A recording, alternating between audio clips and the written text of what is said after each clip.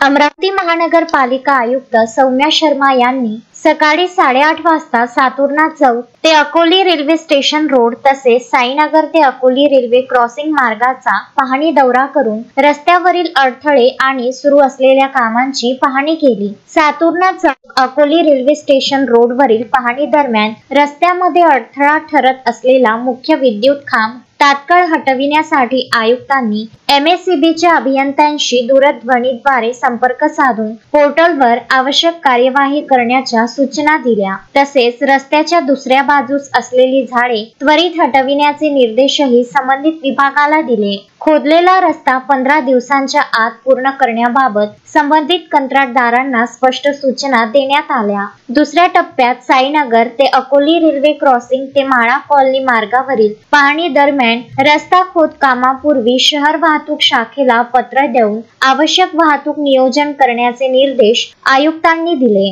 रस्त्याच्या बाजूला असलेले पेविंग ब्लॉक आणि आसपासची झाडे हटवून रस्त्याची स्वच्छता करण्याचे आदेशही तात्काळ देण्यात आले। या संपूर्ण पाहणी दरम्यान शहर अभियंता रवींद्र पवार, उप अभियंता श्रीराम तायडे, शाखा अभियंता विवेक देशमुख आणि विद्युत उप अभियंता शरद तिनखेडे उपस्थित होते। महानगरपालिकेच्या या कारवाईमुळे संबंधित मार्गावरील वाहतूक सुलभ होऊन नागरिकांना मोठा दिलासा मिळण्याची अपेक्षा आहे। Vidarbha news bureau, Amravati.